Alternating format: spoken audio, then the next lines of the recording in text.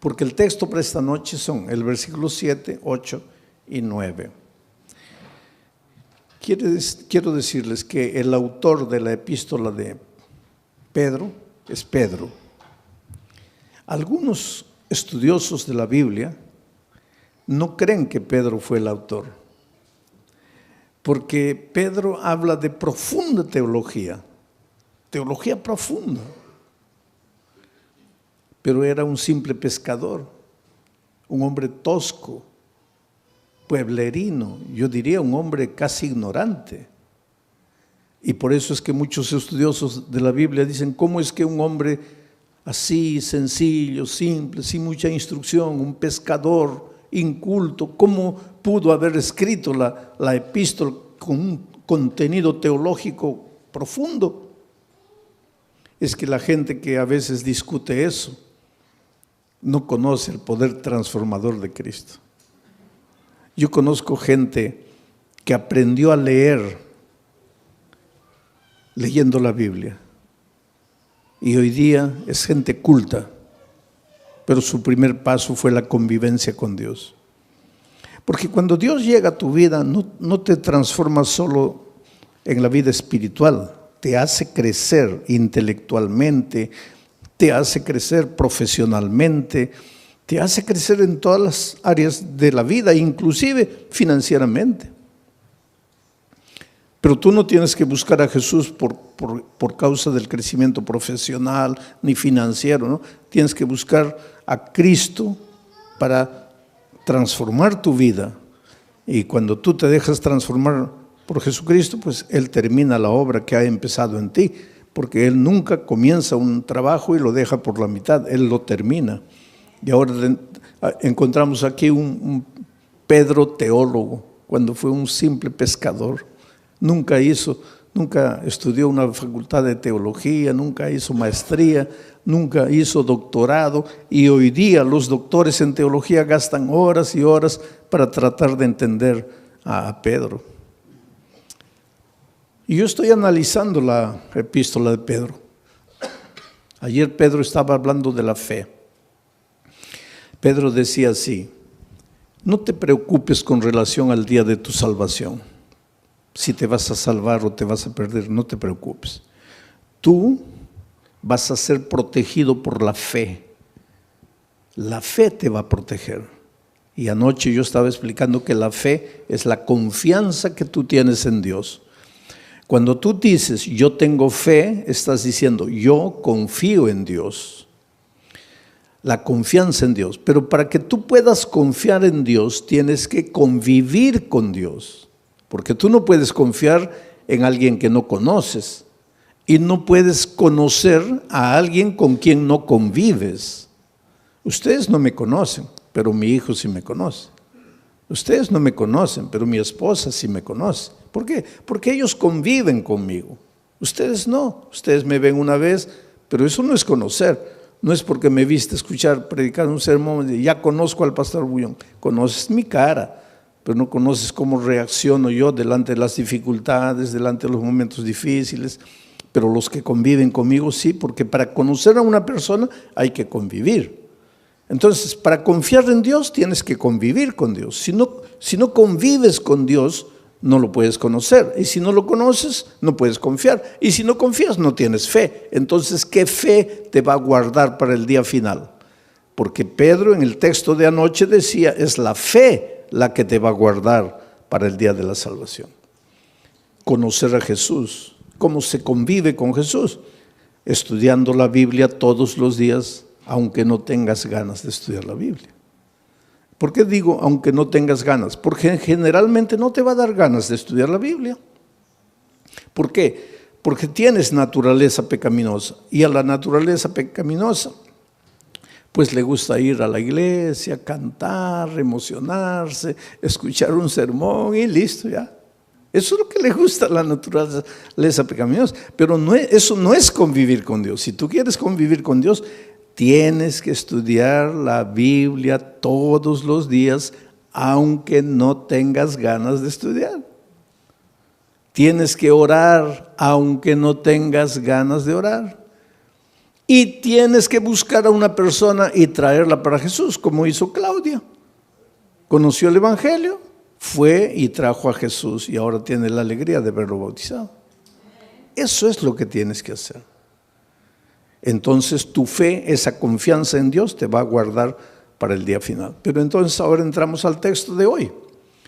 Para que sometida a prueba vuestra fe.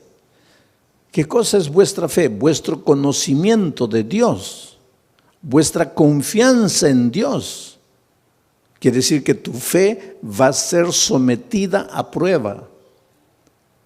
Y va a ser sometida a prueba mucho más preciosa que el oro. Esto es interesante. Los mineros agarran el oro y lo ponen a altas temperaturas de fuego. ¿Para qué? El oro es colocado a tan altas temperaturas de fuego que el oro se vuelve líquido, comienza a hervir el oro. De tanto calor comienza a hervir el oro. Y entonces le echan algunas mezclas químicas para que toda la escoria vaya saliendo. Y sale toda la escoria y se queda el oro puro. Y cuanto más fuego le ponen al oro, más puro se queda el oro. Por eso ustedes han escuchado hablar de oro 18 quilates, 22 quilates. Eso es pureza del oro. Y el oro más puro es el oro que ha sido más quemado. Ahora es interesante, porque si le colocamos fuego a este púlpito, el fuego lo quema. Pero si le colocamos fuego al oro, el fuego lo purifica al oro. Destruye al púlpito, pero purifica al oro. Ahora dice el texto bíblico de Pedro que el fuego es la prueba, son las pruebas de la vida. Dios manda, no voy a decir manda, Dios permite que las pruebas lleguen a tu vida. Estoy diciendo Dios permite, no Dios manda, Dios permite. Porque te voy a decir una cosa, y entiende bien esto. ¿Qué cosa es prueba? Todo lo que te hace sufrir, lo que te hace llorar, lo que te aflige, pérdida del empleo, tu hijo se enferma, tu mamá muere, tu esposo te abandona. Aflicciones, pruebas, todo eso, por favor, nunca digas Dios me está mandando la prueba, porque Dios no manda pruebas. Todo lo que te hace sufrir no viene de Dios, viene del diablo. Porque Dios dice, he aquí los pensamientos que tengo acerca de ti, pensamientos de paz y no de guerra, pensamientos de amor y no de odio. Dios solo quiere lo mejor de lo mejor para ti. Pero vives en un mundo de dolor. Hasta que Cristo venga, estamos peregrinando en el desierto del dolor de esta vida. Y muchas veces quien nos manda el sufrimiento, el dolor, es el diablo. ¿Y por qué te hace sufrir el diablo? Esto es interesante y esta noche vas a entender. ¿Por qué el diablo te hace sufrir? Tú no le has hecho nada al diablo. ¿Por qué te hace sufrir? Porque Él es el origen de la enfermedad, Él es el origen de los accidentes, Él es el origen de las tragedias. Todo lo que te va mal en la vida es porque Él está por detrás de eso. Pero ¿por qué te hace sufrir si tú no le has hecho nada al diablo? Ahora te voy a explicar. Es que el enemigo del diablo no eres tú, es Jesús.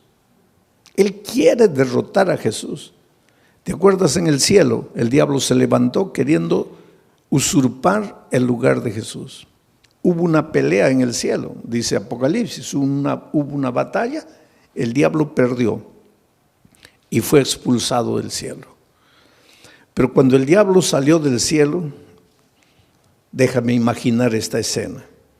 El diablo estaba saliendo y miró y le dijo a Jesús, está bien, me venciste una vez, pero la pelea no está acabada. Me venciste ahora, pero ya vas a ver cuando nos encontremos por segunda vez. y fue expulsado. Entonces, cuando Jesús nació en esta tierra, cuando vino a salvarnos del pecado, Jesús era un nené indefenso. Y el diablo dijo, ahora sí, no lo pude derrotar en el cielo, pero ahora como un niño yo lo agarro y lo mato. Y miren lo que el diablo hizo. ¿Vino a matarlo personalmente? No, porque el diablo es cobarde. El diablo nunca muestra la cara. ¿Qué hizo el diablo para matar a Jesús? Se metió al corazón del rey Herodes. Firmó un decreto de muerte para mandar matar a todos los niños menores de 2 años. Y cuando Herodes firmó el decreto de muerte, ahí el diablo dijo, ahora sí, lo voy a matar. De esta no se salva.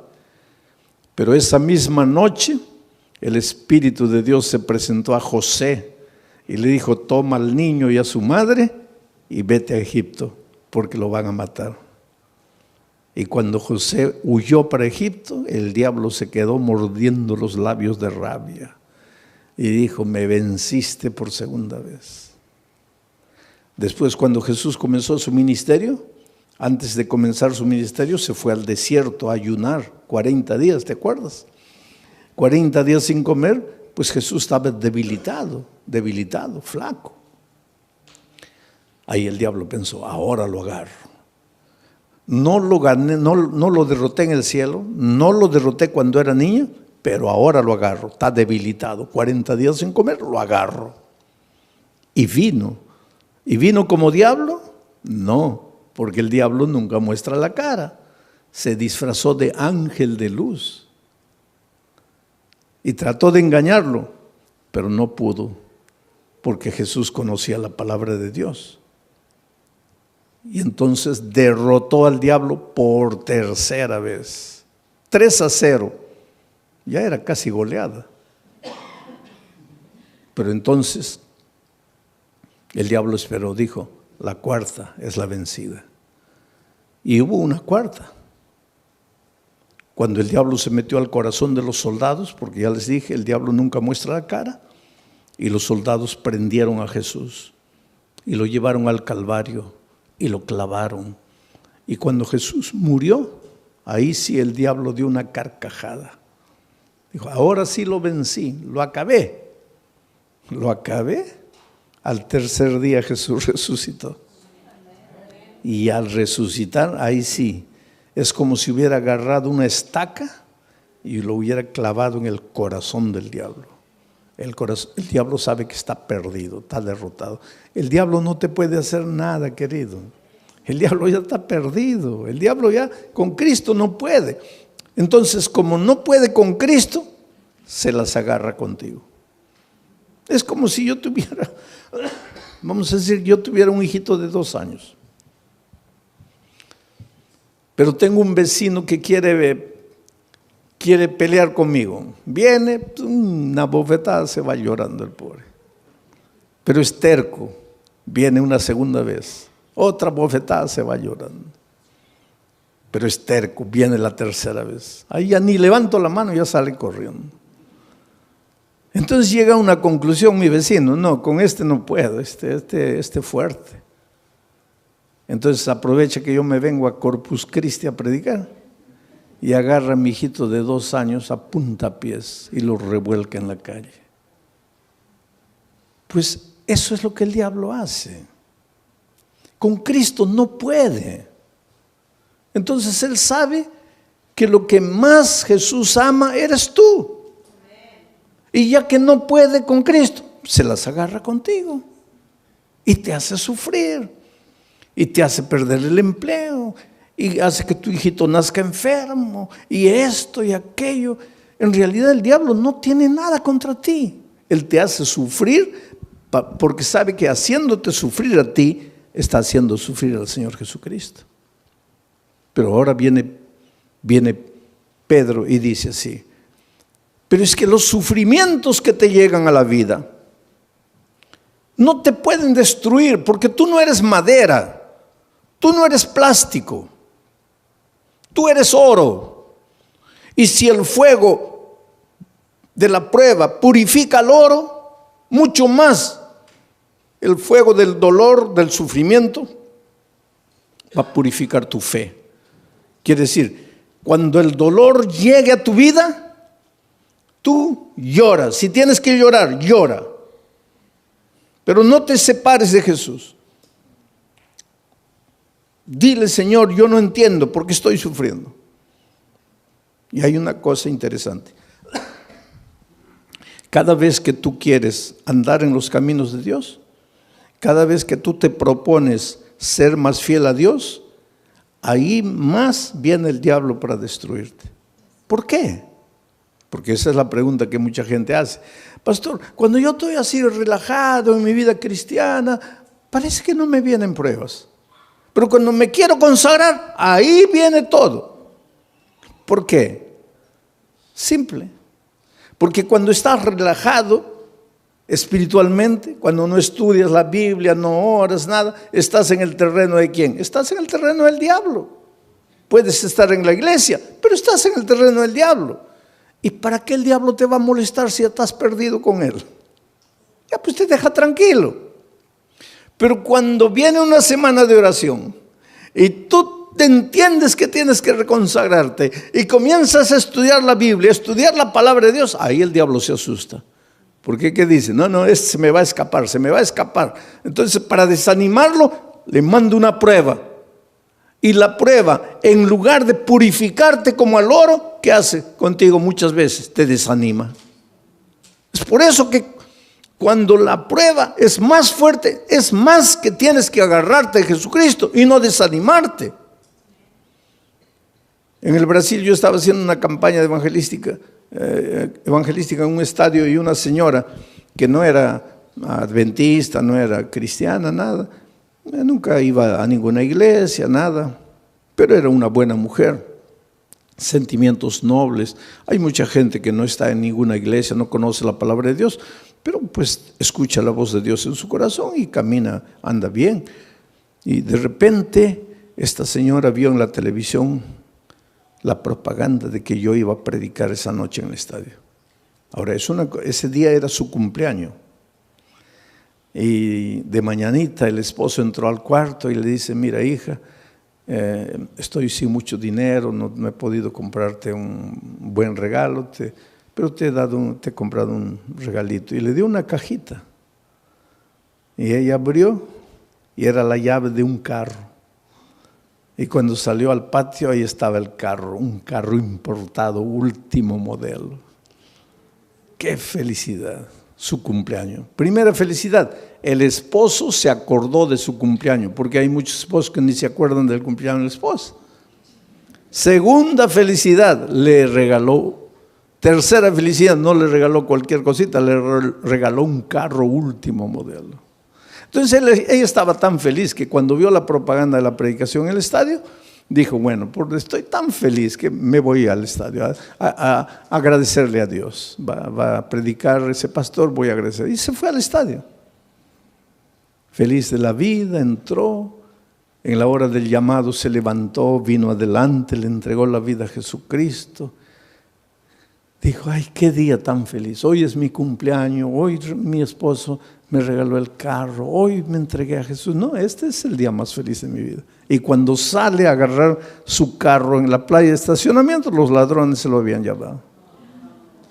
Ahí ella comienza a pensar: toda mi vida no quise saber nada de iglesia, no quise saber nada de Dios y nunca me robaron ni un alfiler. Y hoy que le entrego mi vida a Cristo, me roban el carro. ¿Qué Dios es ese? Ahí está la astucia del diablo. Tú preocúpate cuando no vienen pruebas a tu vida, querido. Porque a veces no vienen pruebas a tu vida porque el diablo está tranquilo contigo. ¿Para qué te va a mandar pruebas? Pero atrévete a entregarte al Señor Jesús, a caminar en sus caminos, que ahí viene el diablo con todo para desanimarte. Ahora vamos al texto bíblico una vez más. Para que sometida a prueba vuestra fe, sí, porque tu fe tiene que ser sometida, porque una cosa es, sí, yo creo, yo creo, eso no es fe. Eso no es fe. Por eso es que el creer siempre viene acompañado del bautismo. El texto de Marcos 16 dice, el que creyere y fuere bautizado, este será salvo. El problema es el idioma, porque en español creer y ser bautizado son dos cosas. Pero es que Marcos no escribió ese versículo en español, porque Marcos no hablaba español. Marcos escribió ese versículo en griego, el idioma que él hablaba. Y en griego no son dos conceptos, el que creyere y fuere bautizado, no. Es un solo concepto, el que creyere siendo bautizado. O sea, en griego, creer no es solo mover la cabeza, no es solo teoría. El creer intelectual viene acompañado del creer práctico. Si tú crees, te bautizas. Si no te bautizas, es porque tu creer se quedó en la teoría. Y ese creer teórico no te salva. Te voy a hacer pensar un poco. El otro día una señora me preguntó, pastor, ¿el diablo es ateo? A ver, ¿qué piensan ustedes? ¿El diablo es ateo? No, el diablo no es ateo, querido. Y Santiago explica eso. Dice, ¿tú crees en Dios? Haces bien. Pero el diablo también cree. Y no solo cree, ¿qué más hace? Tiembla. Ahora, si el diablo cree y tiembla, ¿por qué no se va a salvar? Porque su creer es teórico. Su creer no es práctico. Entonces, mucha gente hoy, muchos cristianos, sí, yo creo, bautízate. No, bautismo no, pero yo creo. Eso no existe. Yo creo, pero no me bautizo. Eso no existe, porque el creer bíblico es creer siendo bautizado. Es decir, la teoría y la práctica van juntos. Y tu fe cuando es práctica, tiene que ser probada. Tiene que ser probada. Porque el sufrimiento es como el dolor. Si tú comienzas a levantar pesas, comienza a doler. Levantas 10, ya pesa. Y comienza a doler. Al día siguiente 15, duele. Al otro día 20, duele, pero después te agarran aquí, pura piedra. Así es la fe. Cuanto más te duele, cuanto más dolor viene, cuanto más sufrimiento, tu fe más fuerte, más fuerte, más fuerte. Es por eso que en medio del dolor tienes que agradecer a Dios, porque Él sabe. Él no te manda el dolor, pero Él aprovecha el dolor que el diablo te manda para fortalecer tu fe. Para que sometida a prueba vuestra fe, mucho más preciosa que el oro, el cual, aunque perecedero, se prueba con fuego. El oro que perece, que es de esta tierra, se prueba con fuego. Entonces, si el oro se prueba con fuego, la fe, que vale mucho más, ¿cómo no se va a probar con fuego? Claro que tiene que venir el fuego del dolor. Para que sometida a prueba vuestra fe, mucho más preciosa que el oro, el cual, aunque perecedero, se prueba con fuego, para que entonces vuestra fe sea hallada en alabanza, gloria y honra. Quiere decir que tu fe es bombardeada por el diablo. Te arranca lágrimas, te hace sufrir. Muchas veces sientes que ya no puedes resistir de tanto dolor, de tanto sufrimiento. Aguanta un poco. En el nombre de Jesucristo, aguanta. ¿Por qué? Porque tu dolor se va a transformar en alabanza, gloria y honra. ¿Pero cuándo? ¿Cuándo? Lee la Biblia y respóndeme. ¿Cuándo? Cuando Cristo venga. Ahora me vas a decir, pastor, pero cuando Cristo venga todavía, yo preferiría ahora. Pues eso es lo que mucha gente hace. Prefiere la hora, cortito, y pierde la eternidad toda. Yo cuando era chico, íbamos a salir de vacaciones, las pocas, tal vez la única vacación que salí con mi padre, mis hermanos. Íbamos a viajar a un lugar donde no había dentista, no había nada. y me comenzó a doler el diente, ¿no? Y mi padre me dice, mira, antes de salir vamos a arrancar el diente. Yo soy de aquellos tiempos en que dolía el diente, arrancaba. Hoy día no, eso es un crimen. El diente te duele, hay que restaurarlo. Pero yo soy de los tiempos, dolía, arranca, dolía, arranca. Había muchachitos de 20 años que ya no tenían un diente todo arrancado porque comenzaba a doler, arrancaban. ¿Cómo ha progresado la odontología también hoy día? Es un asesinato arrancar un diente.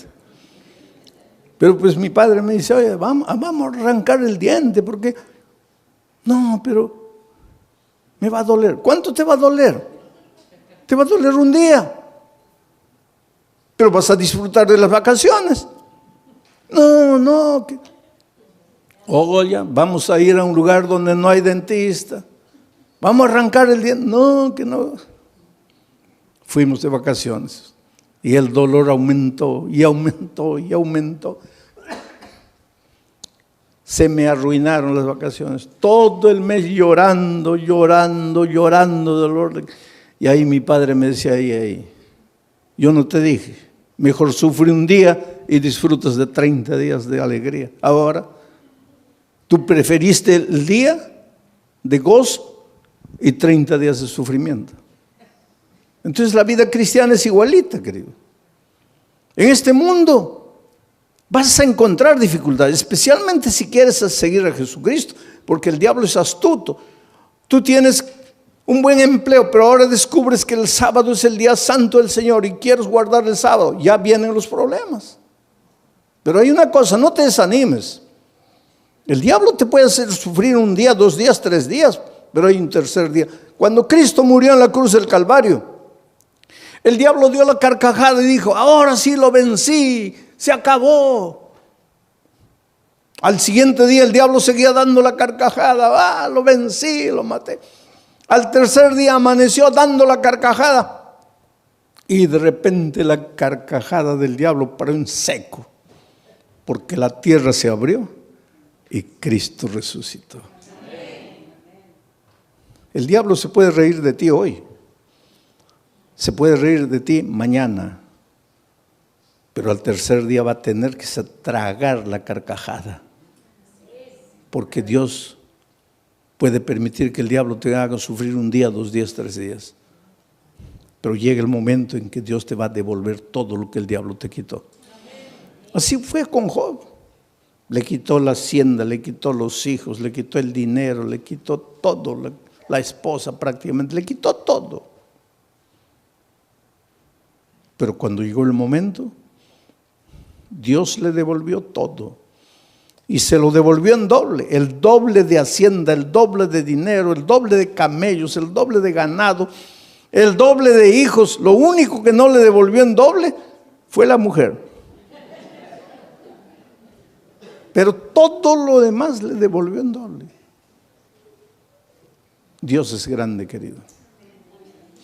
Cuando venga el dolor a tu vida, no te preocupes. ¿Por qué sufro? Dios me ha abandonado, Dios me ha dejado. No, querido, Dios no te ha dejado.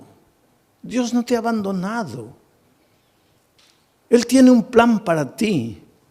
¿Y sabes por qué muchas veces permite que el dolor llegue a tu vida? Porque es la única manera de purificarte a ti mismo. A veces es en el dolor que aprendes a ser paciente. En el sufrimiento, en las lágrimas, aprendes a depender de Dios. Y esta vida cristiana es dependencia de Dios. Y esa disciplina de aprender a depender de Dios, muchas veces solo con el dolor. Vamos a seguir leyendo. El siguiente versículo. Versículo 8. A quien amáis, está hablando de quién, de Jesucristo, porque dice que vuestra fe va a ser recompensada con gloria, honra, alegría, cuando Jesús venga. Cuando Jesús venga, Jesús a quien amáis sin haberle visto, en quien creyendo, aunque ahora no lo veáis, os alegráis con gozo inefable y glorioso. Mira, a quien amáis sin haberle visto. ¿Tú vives con Jesús hoy? Sí, pero no como los discípulos que pudieron verlo.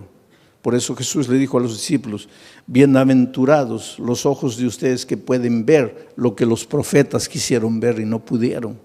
Estaba hablando del mismo. Los profetas siguieron a Jesús solo por la fe. Nosotros hoy también lo seguimos solo por la fe, pero los discípulos tuvieron un privilegio único. Ellos lo vieron físicamente. Pero aunque nosotros no podamos verlo físicamente, igual podemos verlo a través del estudio de la Biblia, de la oración y trayendo una persona para Cristo. Estamos conviviendo con Jesús. Pero aquí el asunto es, ¿quién escribe a quien amáis sin haberle visto? ¿Quién escribe este versículo? Pedro.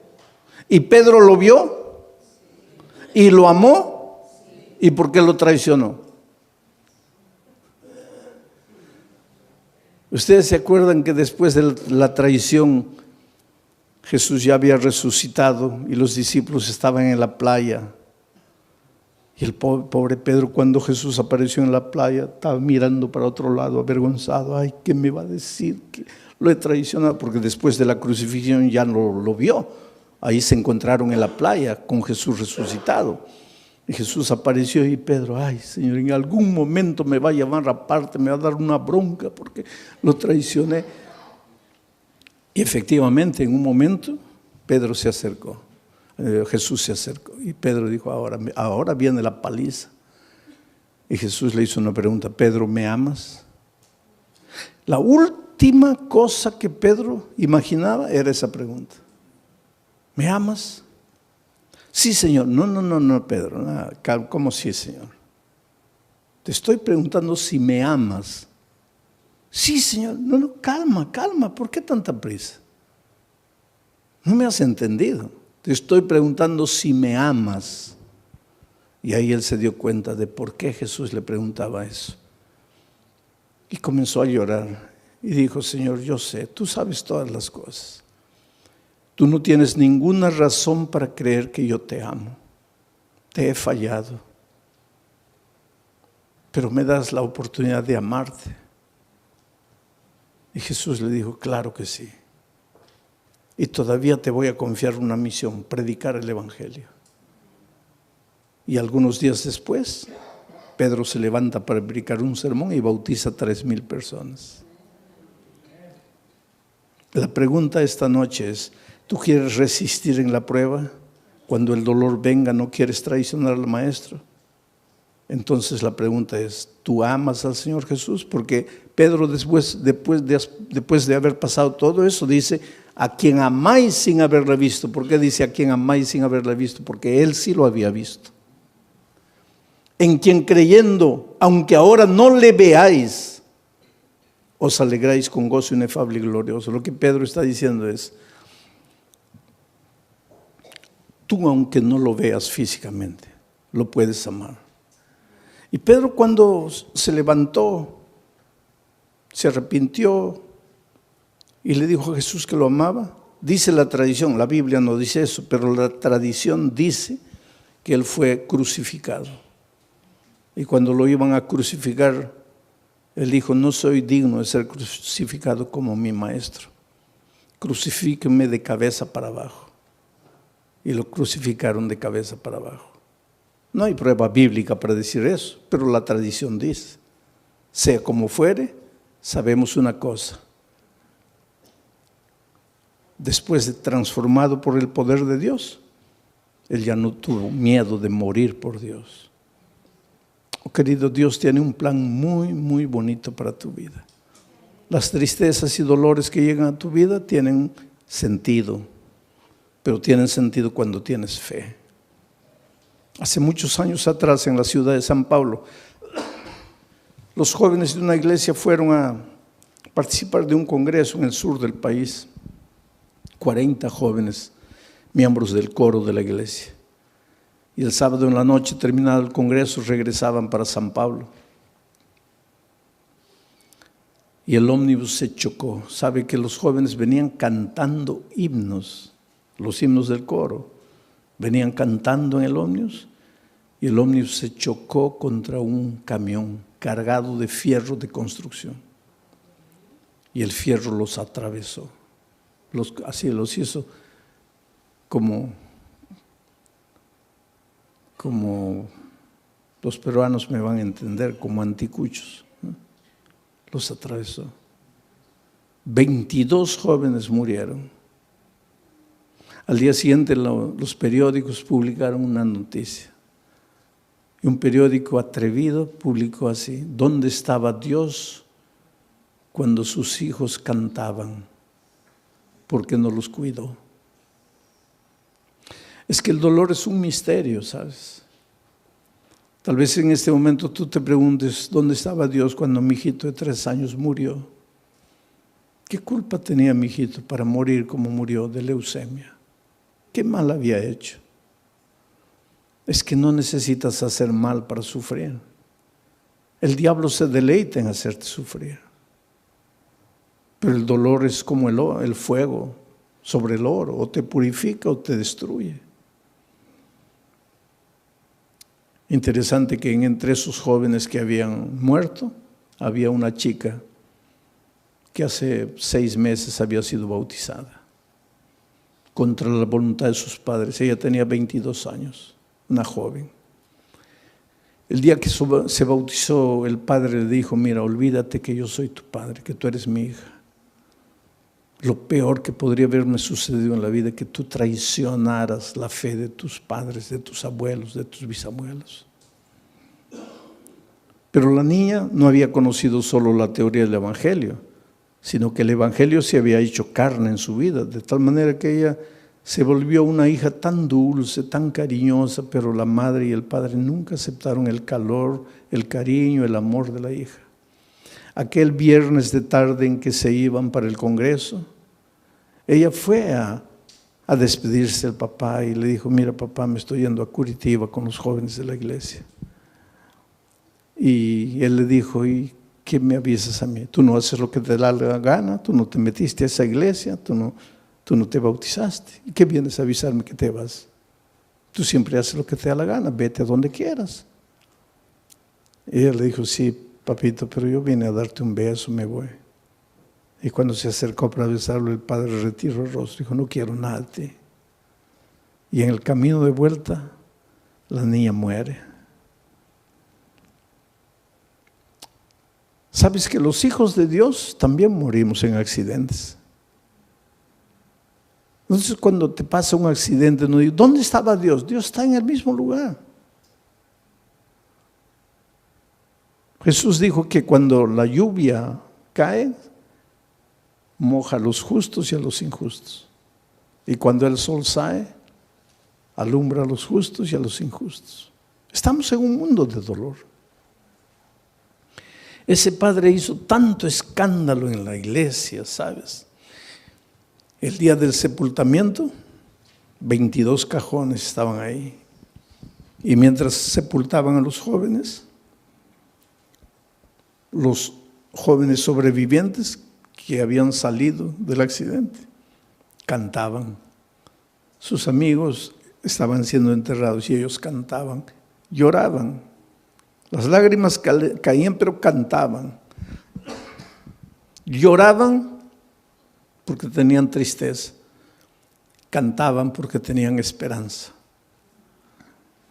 Es que los seres humanos que aprendemos a confiar en Cristo, somos capaces de cantar en medio del dolor. Mientras que el padre estaba destruido ahí, ¿sabes? Y cuando llegó el momento del bajar el cajón de la hija, él se arrojó y decía: entiérrenme con ella, quiero morir. Y abrazando al cajón le decía: mira hijita, el viernes me quisiste dar un beso y yo no sabía que era el último beso y te rechacé. Por favor, perdóname. Quiero morir, quiero morir, quiero morir. Fue una escena triste, dramática, cuando sacaron al padre, terminó el entierro, todos se fueron. El hombre se quedó solito junto a la tumba de su hija. Y la mejor amiga de su hija, que salió viva del accidente, que fue justamente la que la llevó al Evangelio, al conocimiento de la palabra de Dios, Ya cuando se estaba yendo, volteó y vio que el papá de su amiga estaba ahí junto a la tumba y dijo, voy a volver. Yo sé que él no quiere hablar con nadie, pero voy a volver. Y volvió. Y se paró junto a él. Y él la miró, ¿qué quieres? Le dijo, mire, su hija va a resucitar. ¿Qué? Su hija va a resucitar. ¿Cómo va a resucitar?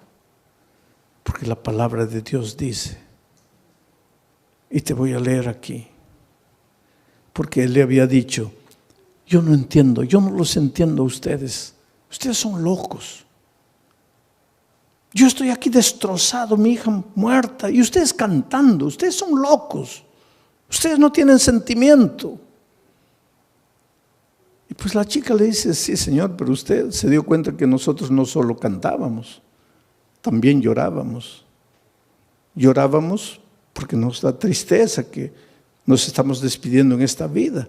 Pero cantábamos porque tenemos la esperanza, porque su hija va a resucitar y yo la voy a abrazar a mi amiga. Pero ¿cómo va a resucitar? Y entonces la hija agarró el texto bíblico y le dice, aquí está, cuando suene la trompeta, los muertos en Cristo resucitarán primero. Su hija va a resucitar porque murió en Cristo.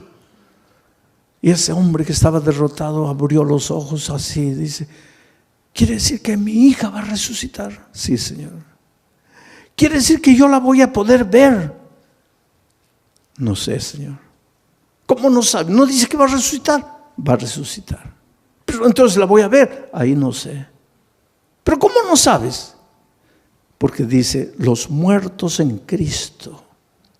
Mi pregunta es, ¿usted está en Cristo? Si usted está en Cristo, la va a ver, la va a abrazar, va a vivir eternamente con ella. Pero si usted no está en Cristo, ¿y qué hago para estar en Cristo? Porque yo quiero abrazar a mi hija. Y ella le dijo, abra su corazón aquí, dígale que ama a Jesús, que quiere caminar con Él, que quiere estudiar su palabra. Y tú sabes que ese hombre se bautizó, la esposa se bautizó, los hijos se bautizaron.